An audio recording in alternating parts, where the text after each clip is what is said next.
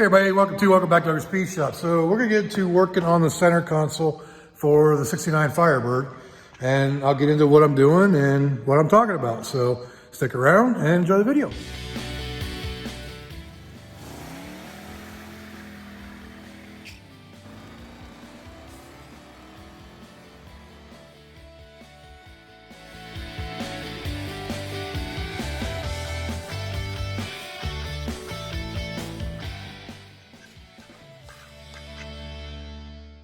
So for those of you who've been around, know this, but for those who are new, this is the center console out of a 2010 Camaro. And this is a car that we had at my last job that we pulled the motor and transmission out of and put in a 67 Buick Skylark. And this didn't fit in that car, but it fit really nicely in the Firebird. So what I'm gonna do is, well, for one, mount it because it's never been mounted solid in there. It's just been floating in there. And the other thing I wanna do is I wanna take this because I'm not gonna make the gauges work because I have good gauges in there. So I'm gonna take this, I'm gonna remove the gauges, and I'm gonna put power to this receptacle so I have a charging port. There's also a charging port in here. Can't remember what was in this one, but I have a USB down here so I can use that one and see if I can figure out what was supposed to go in there, maybe wire that one up too. That's what we're gonna do. We're gonna modify this console for one to mount, to be bolted down and have a mount. And I'm gonna make some kind of I'm gonna get rid of these gauges and make some kind of I don't know, like storage pod in there to make it useful for me because those gauges aren't doing anything for me.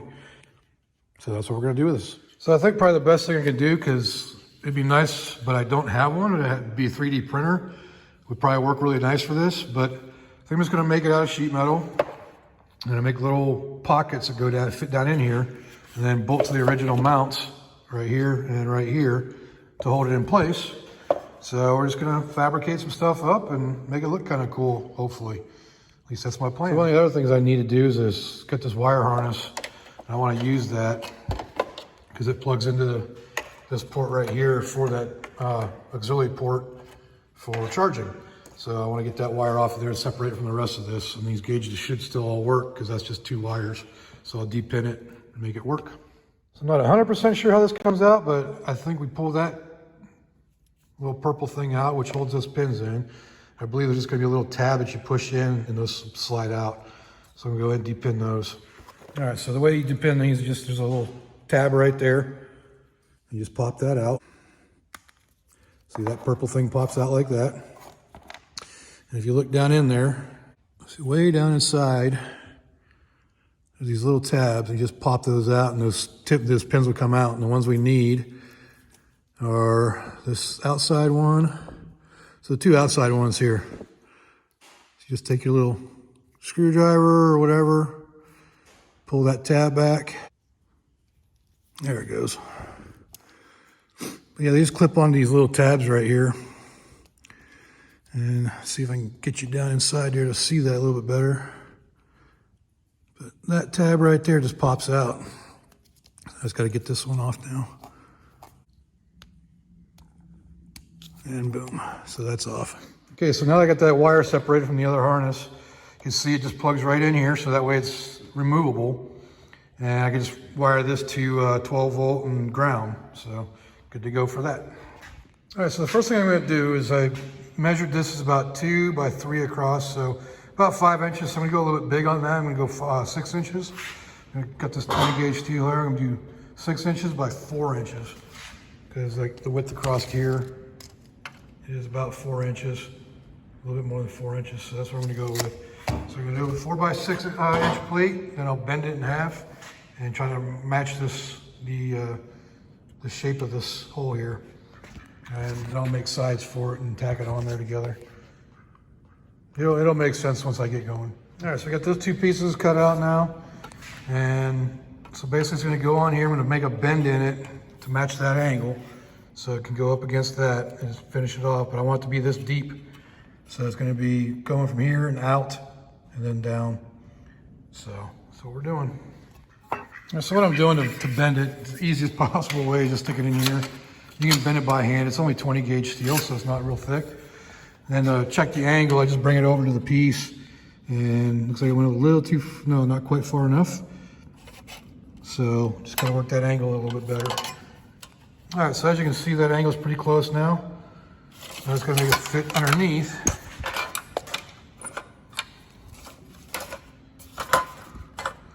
So there's gonna be some obvious curves over here I gotta make into it, and to make it fit that edge.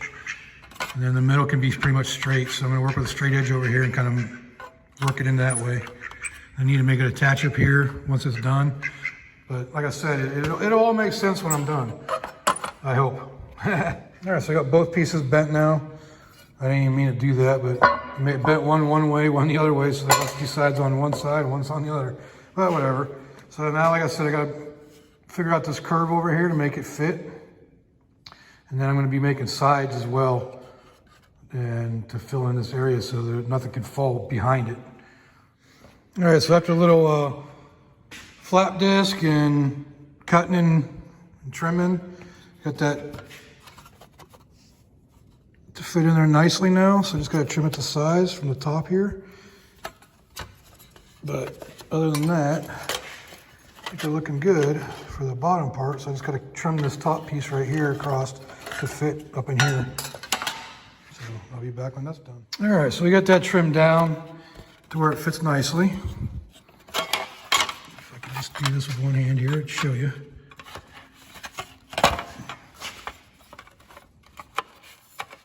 If you look, it's pretty well centered in the middle there where it needs to be. And it's touched down at the bottom and all the way around the top and all the way to the top here, or this area here. So I'm happy with that. And now I just gotta repeat it for the other side. Just basically transferring that to that. Be good to go, but reversed. It's gotta be mirror image. All right, so I got both plates done now. They match up pretty good there. Still a little bit of overlap right here in the middle. I think I can just, I can adjust it out that way.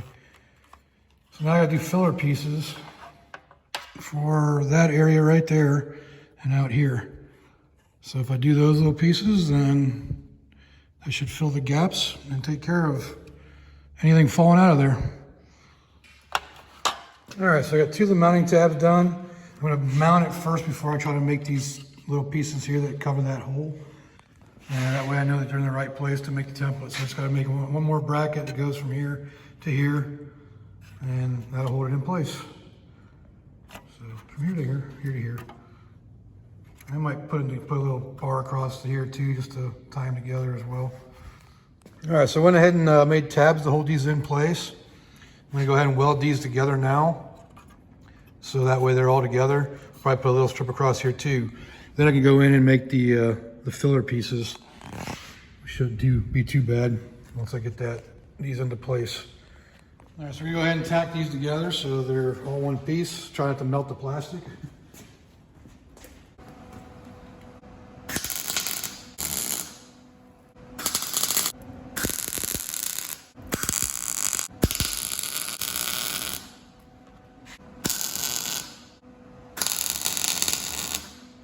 All right, I should do that. Do it for that. I'll do some more welding on it once we get further along on it. But tie them together here, got them all tacked in there. Welders are acting stupid, but it should work for now. Hopefully I didn't melt too much of the plastic. Right, so I got that piece all welded together now. The welds look like crap, but you know, you're not gonna be able to see the back side of it. So I'm gonna be welding everything on the front, or on the back, and nothing on the front. This will be painted over. But, so now we got that part ready to go. We just got to do the trim pan, or the edges and filler pieces. All right, so I got the center piece put in there. Still a bit of a gap up there. I'm going to close up by bending a little bit and tweaking and whatnot. But got the center pieces in there, so nothing can go between the two. Now I'm just going to make these outside pieces. Those will be a little bit more difficult because of the way it's shaped over here, but it shouldn't be too bad. All right, so now I got to come up with pieces to fill this little area right here. And I just got some more metal here. I'm just going to cut some little pieces out of, and we'll carve it around and make some pieces and do some grinding and cutting and get them on there. Okay, for the side piece, you can see it's already in there. I went the simplest way possible. Just found a piece of metal and bent it around the bottom there, and I'll trim it down. I'll pull it off and trim it down once it's already glued in there, or glued, once it's welded in there. So just gotta do the same thing for this side, then I'll clean everything up, make it look better, and then she'll be ready for paint. All right, so I got the 2 cups finished now. So I'm just gonna paint them and then install them for the final time. You see got the little corners there now. Probably clean this one up a little bit more, but yep, that's all it takes. Now, since this is bare metal, I went ahead and started with a self-etching primer. So it's kind of a army green color. And I got gonna surprise a lot of people what color I go with these, from what I'm using, what most people are used to me using. All right, so I got them finished and installed now, and I went with aluminum paint for it, because that way, if it's black, I might not be able to see what's in there, but I don't know. Just something different. So it's aluminum colored paint. You can see it's not real smooth, but you know, it's gonna be in a dark cubby underneath the dash, so nobody's gonna notice anyways.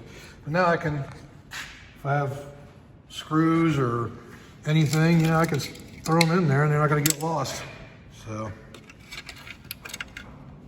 that does it for that portion of getting the console put back in the car and actually mounted. So now I gotta figure out how I'm actually gonna mount it to the car. Thinking maybe these 2 holes right here might be a good mounting point. And maybe something, because these were actually clipped in on the original. So maybe I'll make them mount that way, I don't know yet. But that's what we're looking at. Just gotta figure out a way of mounting it. All right, so I think I'm looking at here as far as mounting it. You see how these tabs were originally meant to be locked in somewhere? So I'm just gonna ignore those. But up here, this flat piece right here is directly on the floor. So I'm gonna drill a hole there, do a riv nut directly into the tranny tunnel for that one. And then back here, I might make a bracket to do these 2 holes back here, because there's one right there and one right there. So if I do a bracket right there, I can drill some holes into those and make those mount that way. And it'll pick it up a little bit in the back, which will take some pressure off the back end of this. Then this is covered with a plastic piece that just pops into place. And then this piece right here bolts in. It's got 4 screws that hold it in. And then I think that might do the trick. So I think that's what I'm gonna do. What the heck is that thing? Oh, mount point for the old harness. So yeah, I think that's what I'm gonna do. Gotta work. All right, so I got the first screw in up there. I got a riv nut in there, so that's on there now. It ain't gonna go nowhere. So next thing I'm gonna do is build a little bracket back here and do 2 more for here and here, and should be good enough. I don't think there's gonna be any more that needs to be done. I'll bring that up just a little bit, and then put some screws in there, and that'll be done then.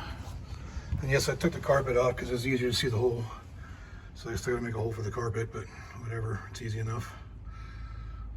Okay, so we've seen that we got this front part mounted now, or got a mounting point for this. So what I'm making back here is a little strap, and I'm gonna end up bending this down around the transmission tunnel, but I need to fit it in the car to make sure it's, you know, or to figure out where I need to bend the bar at. So let's do that right now. All right, so the first thing we need to do is get this thing put into place, which we already had that 1 screw up there. So get that locked in there. Okay, so just get this pretty centered, figure out exactly where we need to bend it, and then mark it. So basically what I'm gonna do is take these bars right here, I'm just gonna bend them down to match the transmission tunnel here, and we'll be good to go at that point. The marker right on the angle of the transmission tunnel, and mark it where it needs to be bent.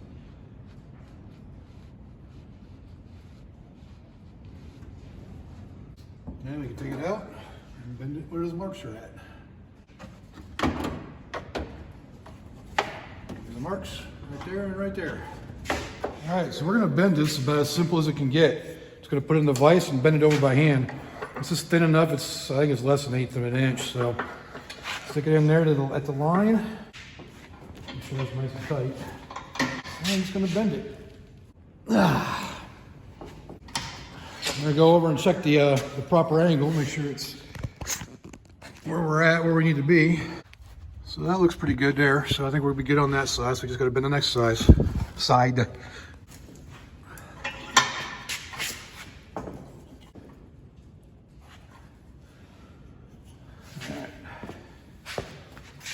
Let's go check it and see where it's at. I'd say that's pretty good right there. That will definitely work. Cool. All right, so I got the bracket attached to the center console now. And you see the line right there, it's still gonna be, this is gonna be shown a little bit, but with the carpet and the seats and the seat belts, you're not gonna be able to see this little tiny bit of bracket. I'm gonna cut it off just below that, keep it at the same angle. I'll paint it black so it blends really well and you won't even notice it's there. So that's what I'm doing for that bracket. Okay, so I mentioned that I'm gonna cut these brackets off. I already cut them off. And I already had a hole drilled in it too for I lined it up on the in the car. Come over here. You can see these holes right here. Those are the pilot holes. So gotta drill those out and make them get a nut cert ready for them. The drill bit I'm using is a 292. I think it's 5/16 maybe, or maybe a little bit bigger than that. But it's the same diameter as these little nut certs that'll fit in there when I'm done. And we'll get into that when they get these drilled. Alright, so the way the nut cert works, you just take it and you screw it onto the end of that. There are some like setups as far as getting it to depth right and everything on these things. And you just get it screwed on there like that and basically have a little bit of the tip of the fixture sticking out the end of it. Stick it in there and you squeeze. And that's all it takes. You unscrew it and move on to the next one. And the next one goes in over here, squeeze, and then unscrew it. A lot of times you unscrew, you end up unscrewing the actual fixture, and you just got to screw it back in until you get to that, you know, the distance you need to put the nut cert on there. Pretty simple process, and I really like these things. They work great. All right, so there you have it. The console is mounted. It ain't gonna go nowhere like that. It's more than enough to hold it in place. It's plastic. It's not gonna go very far. So gotta trim these bolts down a little bit. They're 2 inches long, so a little bit long. But other than that, just gonna put the trim pieces back on. In fact, let's go ahead and see what that looks like. And first we got our little boot. And we have this trim piece that goes on there. And there you have it. All right, so that is the finished product. Got all the panels put back on. I got the center piece that we made put back on there. Well, that glares pretty good with that light, doesn't it? Turn it a little bit so it's not so glary. So as you can see, I went with aluminum paint, aluminum colored paint for that instead. So now it's got little trays up there instead of those gauges that were doing nothing. And it fits in here pretty nice. Looks a little better when the carpet's in there. Maybe I'll make a filler piece of some sort for underneath the dash tube, but I don't know yet. It's not that big of a gap. I think it'll be fine. So that's what it looks like. And that is complete and solid in there now. So I'm pretty happy with that. All right, that's gonna finish up this video on modifying the center console from the 2010 Camaro to fit my Firebird and actually be mounted down, and modifying that shifter cover too to make it more usable for me rather than those gauges that were doing nothing. So if you like this video, go ahead and leave a like down there. Leave me a comment. Let me know what I can do better, and subscribe while you're at it. So until next time, I will see you all later. Just want to voice your opinion with everything again. Say hi to the world.